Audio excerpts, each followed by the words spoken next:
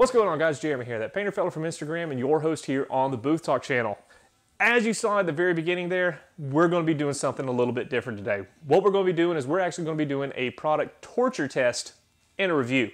Now what we're going to be doing is actually going over the Polyvance bumper and cladding coat.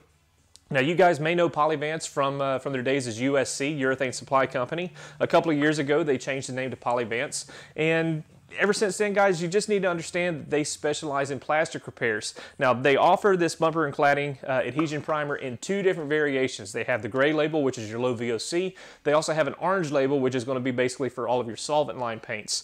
I have been using this stuff for, gosh, probably about 5 or 6 years now. It's one of those products that I've honestly never had fail. Whenever you use it how it's supposed to be done, go through the processes and such, it's an absolutely awesome product and it will not peel, which is why we're doing the torture test, because I'm blue collar, I'm hard-headed.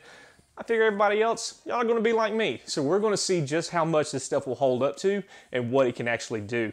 Now, just real quick, I want to give you a little bit of backstory about it, what it is actually designed for before we get into the fun stuff. Now, guys, what you need to do initially is go over it with what is now called their Super Prep. This is obviously an older can that I have. This is for my personal use that I've had here. I don't do a lot of painting out here in the shop, but it used to be called Super Clean. They changed the name a little while back to the Super Prep, but it's still the same part number for an aerosol is 1000-A.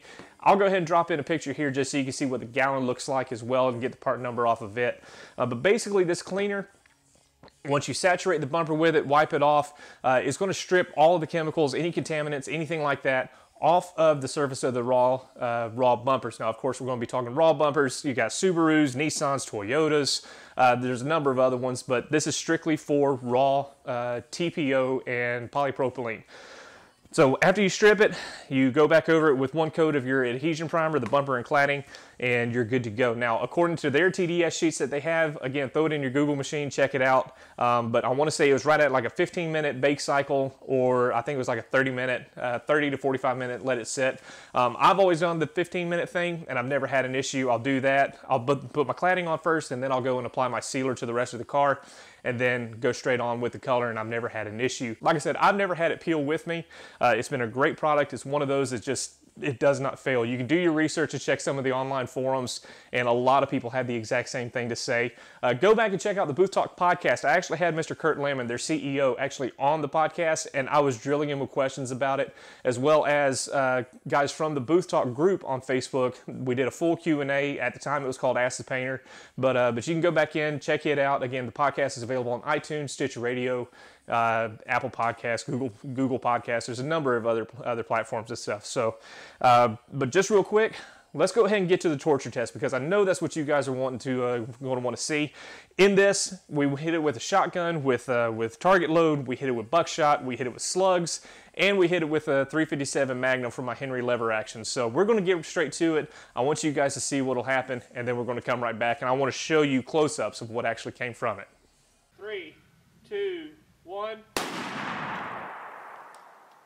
3, 2, 1.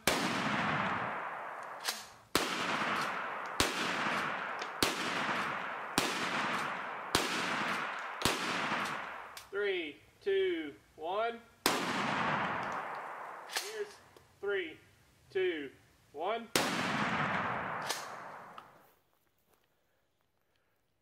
All right, so we repositioned on this, and you can see where the slug went through right there. But here's the cool thing. Whenever I had it positioned on the backside here, you can see where the buckshot actually hit the backside of the bumper here. Now check this out. It's not flaking at all. You can actually see where the plastic's stretched, but it's not peeling. It's not peeling at all. That is amazing.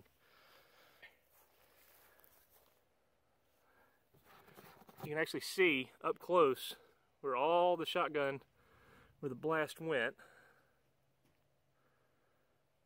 That's the slug, then the buckshot, and none of it is peeling. It's amazing. All right, so from the video that you just saw a bunch of the actual torture testing that we were doing. I know you're still hanging out for that last part. I want to show you this first before you see what actually happened. So here we have half of the bumper. This is the one that actually kind of survived almost intact. But here you see we've got the actual the target load from the shotgun. We've got buckshot and we've got a slug hole.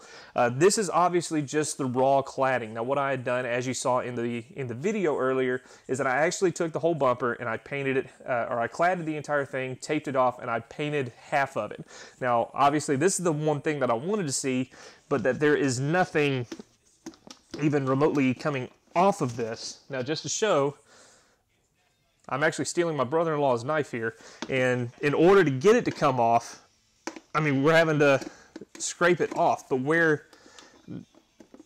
it's not just coming off as it is, which is absolutely insane. Just real quick, I know somebody out there in YouTube land is actually going to say something about it. Oh, he doesn't know how to paint. Look how horrible that finish is. Yeah, well, get some tail light clear, go up to your local jobber store and tell them that you want the cheapest clear coat that you can.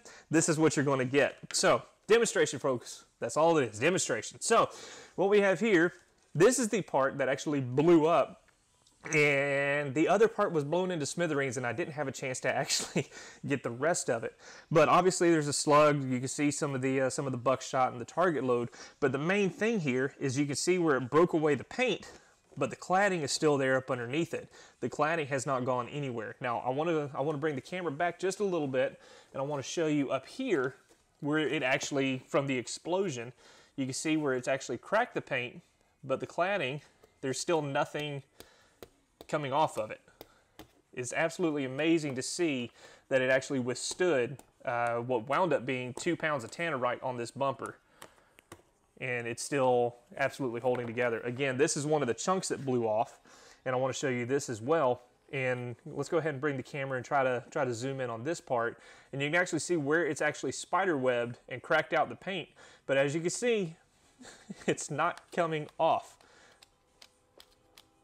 It's absolutely amazing to see how that's actually worked. So, you know, for me, guys, I was an absolute believer whenever it came to the Polyvance bumper cladding, and because of the fact that it's been the one product that I haven't had fail on me within the past 6 years. In the 6 years I've been using it, it has not failed. It's done absolutely awesome. It goes to show that if you actually work with it and actually go by what the directions say, and the product does what it says it's going to do, it can withstand Tannerite. So with that, we're going to end this video, and we're going to get you to see what you want to see. So guys, thanks for watching. Let's have some fun with it.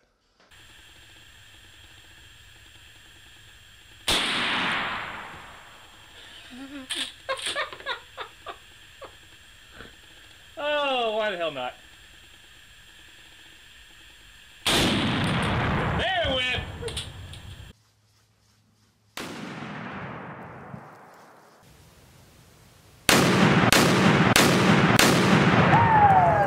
That's so cool!